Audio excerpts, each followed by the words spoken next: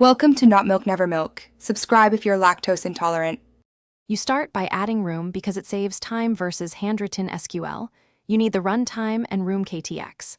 Once done, enable capped and add the dependencies to your module build. Gradle, then sync. Next, create an @EntityData class to model the table and a DAO interface with annotated queries.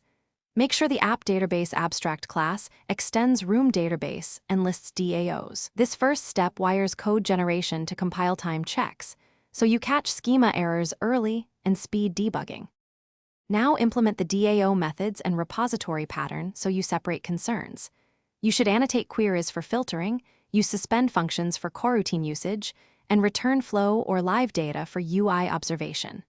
Next, instantiate the database via room.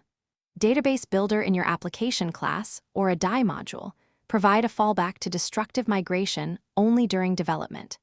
Then create a repository that calls DAOs, converts entities to UI models, and exposes suspend or flow-based methods. Finally, finalize by writing migrations whenever you change entities or add columns. Room requires explicit migration objects when version increases.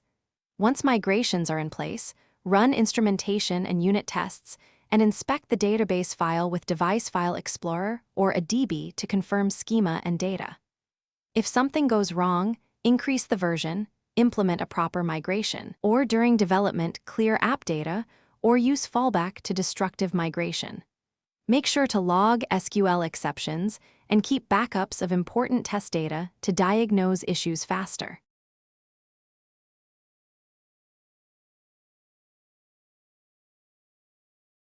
Thanks for watching. If this was helpful, leave a like and consider subscribing. See you next time.